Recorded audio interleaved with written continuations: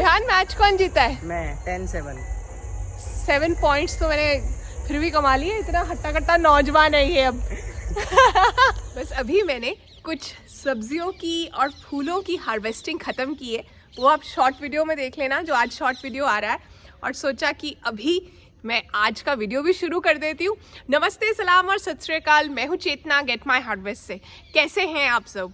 आशा करती हूँ कि सब बढ़िया है और अगर कुछ गड़बड़ है तो जल्दी से ठीक हो जाएगी।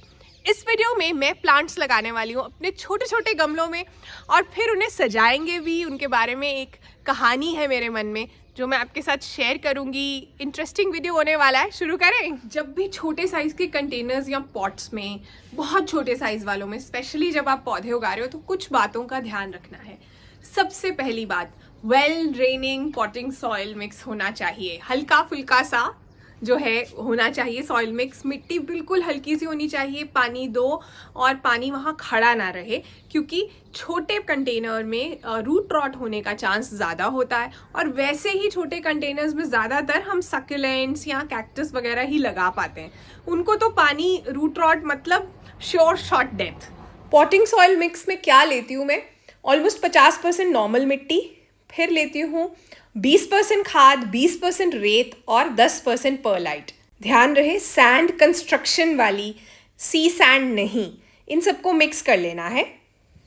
दूसरी चीज़, ड्रेनेज होल होना चाहिए। ड्रेनेज होल होगा अगर कंटेनर में तो पौधा लंबी देर चल जाएगा, नहीं होगा तो थोड़ी देर में मर सकता है। तो इसलिए बहुत ज़रूरी है, अगर पॉसिबल है तो ड्रेनेज होल होना चाहिए। नीचे छेद होना चाहिए, जल निकासी छेद यानी ड्रेनेज होल। जो भी एक्स्ट्रा पानी होता है ना वहाँ से निकल आता है। अब चाहे ये छोटे छोटे प्लांटर्स है, लेकिन देख रहे हो नीचे ड्रेनेज होल, एक छोटा सा ड्रेनेज होल है इसके अंदर। ये प्लांटर्स ऑनलाइन मिल जाते हैं, मैं लिंक कर दूंगी। कॉम्पोस्टिंग शुरू करने के लिए मैंने एक नया बिन मतलब दोबारा से क्लीन भी किया था, हार्वेस्ट कर लिया था कॉम्पोस्ट। तो उसमें सबसे नीचे जो है ना मैंने डाले हैं बहुत से सूखे पत्ते, झाड़ियाँ वगैरह जो मैंने इकट्ठी की थी कुछ देर से, वो बेस बनता है। ये देखो ये सब है। और अब इसके ऊपर मैंने किचन का गीला कचरा डाला है, मतलब सब्जियों के छिलके, गली सड़ी सब्जियां, फल, बचा हुआ खाना। और फिर इसके ऊपर फिर से थोड़े और सूखे पत्ते और झाड़ियाँ। यहाँ पर ये कॉम्पोस्ट का बैच ऑलमोस्ट रेडी है, तो मैंने इसे हार्वेस्ट कर लिया। पूरा नहीं किया हार्वेस्ट क्योंकि मुझे लगा कि थोड़ा सा नीचे वाला पार्ट अभी और टाइम मांग रहा है, तो कुछ पार्ट कर लिया। वीडियो को आगे बढ़ाते हैं, लेकिन उससे पहले मैंने इस सैटरडे को भी वीडियो डाला था, पता है? शॉर्ट वीडियो नहीं, लंबा वाला वीडियो। उसमें मैंने बताया था कि टमाटर को शुरू में क्या करना है, टमाटर के पौधे को क्या चाहिए। अभी पौधे लग रहे हैं, आप लगा रहे हो, वीडियो देखना बनता है ना, तो मेंबर बन जाओ, क्योंकि वो सिर्फ मेंबर्स के लिए है वो वीडियो। और मैं इंतज़ार कर रही हूँ कि ज़्यादा से ज़्यादा सब्सक्राइबर्स जो हैं वो मेंबर्स बन जाएं और मैं और in depth useful special videos जो हैं वो वहाँ भी शेयर कर पाऊँ। मेंबरशिप 89 रुपीज़ पर मंथ में खोली है मैंने और अभी भी वही प्राइस चल रहा है। मेंबर बन जाओ, फ़ायदे में रहोगे। लिंक कहाँ मिलेगा? डिस्क्रिप्शन में और कमेंट में भी पिन कर दूँगी। कल सुबह यानी संडे सुबह मैंने लैटिस की पौध लगाई और थोड़े और रेडिश यानी मूली के बीज भी बोए। ये जो सुबह सुबह का टाइम होता है ना, मेरे लिए बहुत सेक्रेट टाइम होता है और मुझे बहुत सुकून मिलता है। जो लोग गार्डनिंग करते हैं उन्हें वो ये बात समझ सकते हैं। ज़्यादातर 99% लोग तो सो ही रहे होते हैं इस टाइम।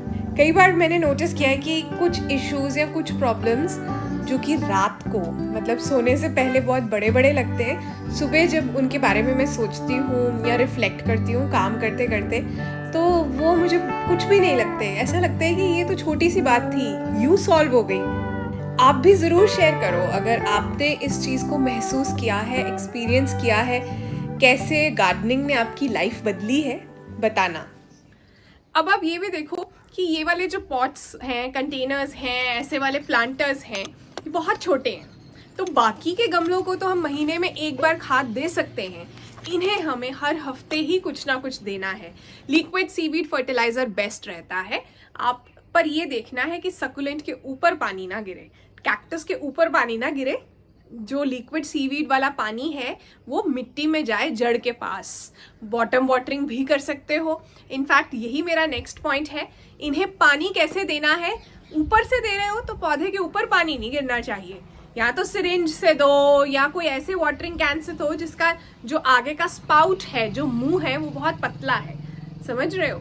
लेकिन अगर आप नहीं है ऐसा कुछ भी अरेंजमेंट, तो एक कंटेनर में, डिब्बे में, ट्रे में पानी डालो और उसमें ये वाले कंटेनर्स रख दो ऑलमोस्ट 1 घंटे के लिए। जितना पानी उनको चाहिए वो ले लेंगे। अब इसमें एक चीज है, बॉटम वाटरिंग में एक गलती हो सकती है, भूल जाता है कई बार इंसान, तो इसलिए फोन पे रिमाइंडर लगा लेना, क्योंकि मैं भूल चुकी हूँ एक बार और काफी सारे प्लांट्स मेरे खराब हुए थे। 2 दिन तक ऑलमोस्ट ट्रे के अंदर वो कंटेनर्स रहे।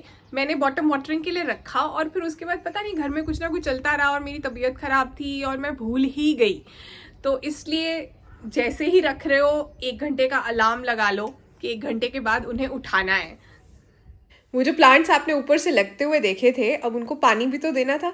यहाँ ये तो रैडिश के सीडलिंग्स हैं, मतलब मूली के, और आप देख रहे हो मेरी पाइप कितनी बढ़िया है। इसके आगे ये जो अटैचमेंट है ना, उसकी वजह से मैं यहाँ खड़े होकर भी अपने लास्ट वाले बेड तक पानी दे सकती हूँ, क्योंकि अटैचमेंट में से प्रेशर कंट्रोल हो जाता है।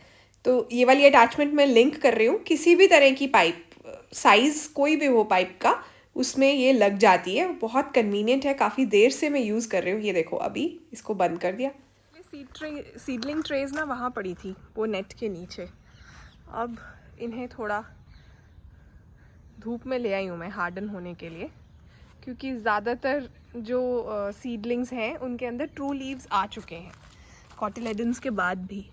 ये देखो 3-4 लीव्स आ चुके हैं यहाँ भी, तो इसलिए अब ये धूप में आ सकते हैं। सीडलिंग्स ना बहुत प्यारे लगते हैं। ये देखो ऐसे लाइन में लगे हुए छोटे छोटे। यहाँ पर मूली है,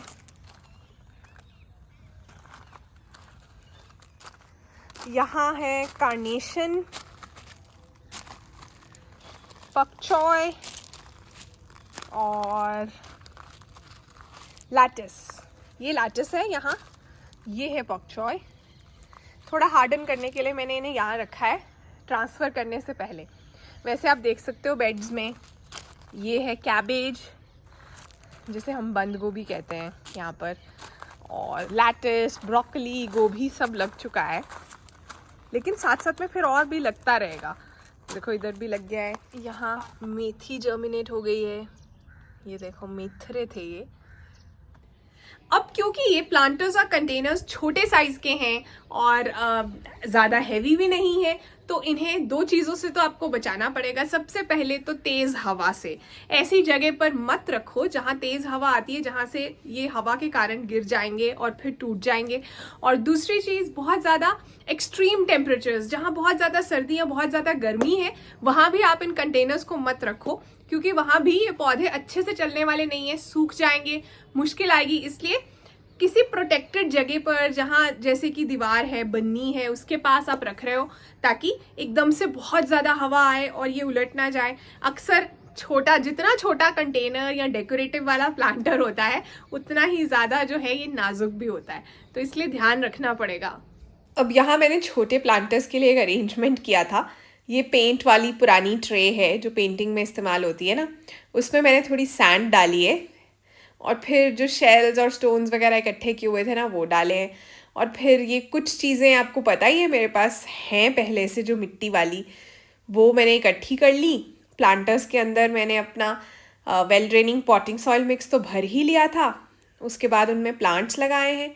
ये भी वेरीगेटेड जेड की वैरायटी है जो मैं लगा रही हूँ यहाँ पर। अब क्या है ना, सक्यूलेंट्स का मौसम शुरू हो गया है, तो अगर सक्यूलेंट्स का शौक़ भी है तो नर्सरी से भी ले सकते हो, ऑनलाइन भी मिल जाते हैं, तो ऑर्डर कर लो। कुछ मेरे तो कुछ पिछले साल वाले ही हैं जो बचे हुए हैं, वो यूज़ कर रही हूँ मैं। लेकिन मन है कि थोड़ी शॉपिंग करके आऊँगी सक्यूलेंट्स की भी। जब करूँगी तो आपको भी बता दूँगी कि मैंने कर ली है शॉपिंग। तो यहाँ मैंने लगा दिए प्लांट्स, आप देख रहे हो, छोटे प्लांटर्स के अंदर। ये ना बहुत थेराप्यूटिक प्रोसेस है, बहुत मज़ा आता है जब हम प्लांट्स को लगाते हैं ना इस तरह से छोटे कंटेनर्स में, और इमेजिन करते हैं। अभी ये लगाते हुए भी मेरे मन में एक स्क्रिप्ट चल रही है, एक कहानी चल रही है, कुछ बातें चल रही हैं। बहुत बार ना एक और चीज़ करते हैं लोग पानी देने के बारे में, थोड़ा सा पानी दे दो, थोड़ा सा दे दो। जब पानी देना है ना तो अच्छे से देना है, चाहे फिर उसके बाद 10 दिन मत दो, लेकिन जब भी पानी दे रहे हो अच्छे से सैचुरेट होनी चाहिए मिट्टी। मिट्टी के सैचुरेट होने का क्या मतलब होता है कि पानी जो है ड्रेनेज होल से निकलना शुरू हो जाए।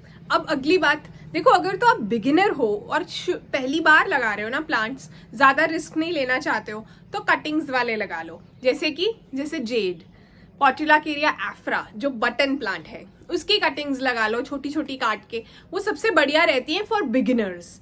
वैसे तो मैं एक अलग वीडियो कर चुकी हूँ कौन कौन से प्लांट्स छोटे कंटेनर्स या इस तरह के छोटे पॉट्स में लग सकते हैं। वो वीडियो इस वीडियो के लास्ट में डाल भी दूंगी, वो भी देख लेना, उसमें काफ़ी लंबी लिस्ट है। अब क्योंकि कंटेनर छोटा है, गमला छोटा है हमारा, और पौधा अगर हेल्दी हो रहा है ना, तो एक टाइम आएगा जब पौधा उसे आउटग्रो करेगा। उसके बाद आपके पास 2 ऑप्शन है, या तो उसकी रूट डिवीजन करो, मतलब 1 से 4-5 पौधे बन जाएंगे, या रूट प्रूनिंग कर दो, थोड़ी थोड़ी जड़ें काटो, या रीपॉट करो। मेजर पौधा जो है वो बड़े गमले में लगा लो, उसमें से थोड़ा सा पौधा फिर अपने छोटे से कंटेनर में लगा लो। लेकिन आपको ये चीज़ देखनी ज़रूर पड़ेगी, क्योंकि जब आउटग्रो कर जाता है और हम ध्यान नहीं देते फिर भी पौधा मरता है। तो सुनो, एक शहर ऐसा, स्वर्ग, जन्नत जैसा, ना कोई प्रदूषण, ना कचरा, ना शोर शराबा। इस शहर में तो किसी को पता ही नहीं क्या होता है मोटापा। नाम है गेट माई हार्वेस्ट और काम है लाइफ में सोचना पॉजिटिव और बेस्ट। गेट माई हार्वेस्ट शहर में रहते हैं सब जीव जंतु घुल मिलकर। किसी को नहीं है किसी और का डर। किताबें और पौधे, 2 ही चीजें हैं यहाँ के लोगों को बहुत पसंद। किसी घर में नहीं है इडियट बॉक्स या टीवी, यही है यहाँ का ढंग। ऑर्गेनिक सब्जियां, फल, जड़ी बूटियां, बहुत से पेड़ पौधे हैं यहाँ के लोग उगाते, और कोई हार्मफुल केमिकल्स नहीं है इन्हें भाते। यहाँ किसी को नहीं होती कैंसर और बाकी सभी बीमारियां। आप भी रहना चाहते हो गेट माई हार्वेस्ट शहर में अगर, तो अपने मन से पूरी तरह से निकाल दो फेल होने का डर। आशा करती हूँ कि आपको आज का वीडियो अच्छा लगा। अगर अच्छा लगा हो तो इसे शेयर भी कर दीजिए। मेरे वीडियोस का लिंक अपने व्हाट्सएप स्टेटस पर डाल दिया करो। और जाते जाते कहना चाहती हूँ, मजबूत होने में मजा तभी आता है जब पूरी दुनिया आपको कमजोर करने में तुली हो, है ना? सोच कर देखना, मुश्किलें हर किसी की लाइफ में हैं, पर हिम्मत नहीं हारनी है, डटे रहना है। अपना ध्यान रखिए और गेट माई हार्वेस्ट की वीडियोस देखने के लिए थैंक यू। Bye bye.